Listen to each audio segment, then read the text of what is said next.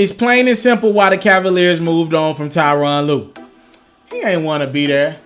First off, I don't believe Tyronn Lue was ever a head basketball coach. In my mind, Tyronn Lue is better off as an assistant. Reason why I believe that is because I believe he's an African-American guy that gets African-American players and understands the future of the NBA. I just think he's a cool black brother that I would love to have on my sideline and be able to talk to from time to time.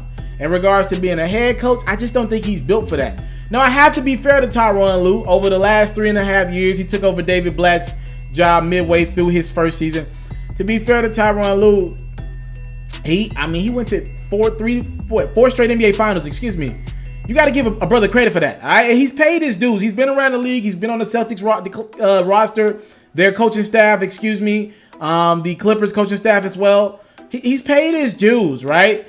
But in regards to just what it takes to be a head coach, I'm talking about the X's and O's. I know a lot of people give him a lot of credit from out of timeout plays.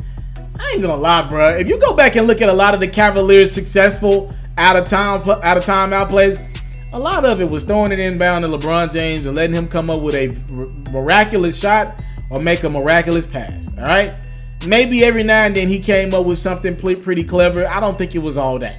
All right, I think most coaches could have made up plays when you have a guy like LeBron James on your roster. Mike Brown was able to just get LeBron in a good spot. A lot of nights, Mo Williams would be in a good spot. Delonte West. So I think we're giving Tyronn Lue a lot of credit for his out of bounds play calling. I didn't think he was that great. Overall, I just thought his attention to detail was not fair. I don't know if, and I'm happy he's able to take some time away from the game. I know he had a lot of stuff going on mentally, personally as well. Just the fatigue, I believe, just created a lot of other problems. But I think both parties are happy today. Cleveland, they don't have Tyronn Lue as their head coach. They're not building with Tyronn Lue.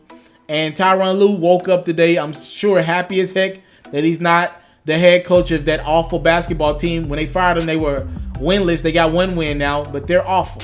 They're garbage. Garbage. All right? I think both parties are much more happier.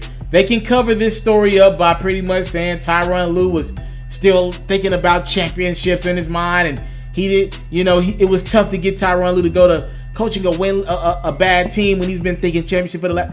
Cut it out. He just couldn't get past 6 games without LeBron James. He was never a head coach, but maybe the greatest player ever, definitely the greatest of this generation, covered up a lot of Tyronn Lue's weaknesses. All right, that is what this is. LeBron was the head coach of that Cavalier team. It wasn't David Blatt, and it dang sure wasn't Tyronn Lue. All right, LeBron was the coach of that team. He's been the coach of pretty much every team he's on. And to be fair to LeBron, to be fair to Tyronn Lue and LeBron is the system when he's on your team. He dominates the basketball. So it's tough for a coach to step in. You need a Popovich or something like that to be able to tell LeBron, no. If you don't got that kind of clout, it's going to be tough. And this was with LeBron leaving, and Ty Lue admitted that he was kind of distraught over LeBron leaving and frustrated over it. It was over. All right, the gap was closing in the Eastern Conference. Boston, Milwaukee, and Toronto are all better basketball teams than the Cavs, even if they retain LeBron, because they couldn't do pretty much in free agency and nobody wanted to come to Cleveland. Hell, LeBron can barely get somebody to take a meeting in LA. All right, it was over. It ran its course. And even if they do exceed expectations and LeBron manpowers his way to the finals a year or two, you got Golden State in front of you. They got better players, a better coach, a better everything over there. So I look at it as one of those things as Tyronn Lue and LeBron are, both out of Cleveland now. That ship has sailed. And, man, Cavs are better off without Tyronn Lue as their coach. I never thought he was that good of a head coach. He's an assistant. I would like for him to be on Mark Jackson's staff, though, if Mark decides. I want to be with a black head coach. Reason why, I just think you need that in the locker room to I think Tyronn Lue and a Mark Jackson as a head coach in LA, I like that they could be able to kind of tame LeBron or one of these other good teams. Like, Steve Kerr got a lot of headaches. So, maybe in the next year or two, he decides to retire from the game of basketball. You never know. So I'm just saying, there could be spots where I think Tyronn Lue could be used. Who knows what's going to happen with Doc Rivers and the Clippers? Maybe he rejoins their staff if, a couple of their guys get some looks elsewhere. Who knows? I'm just saying, I ain't mad at either side. Tyronn Lue's got a lot of money left on his deal. The Cavs, they're better off without Tyronn Lue. You know, you get a coach that they're gonna probably let Larry Drew finish the rest of this year. And I think after that, after the season, you go to Colin Sexton. First off, you grade Colin Sexton's game. You make sure he's a guy that is moving in the right places to be the star of this team going forward. You get if Colin Sexton is your guy at point guard, you ask him, does he like playing for Larry Drew?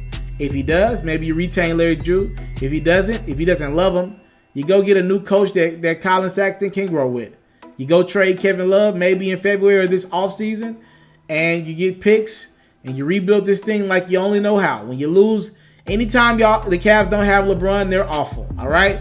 When they don't have LeBron, they suck and they go get the number 1 pick. That's how they rebuilt. All right? They got Wiggins, Kyrie, and Anthony Bennett. Anthony Bennett didn't work out. Wiggins did because it got you Kevin Love.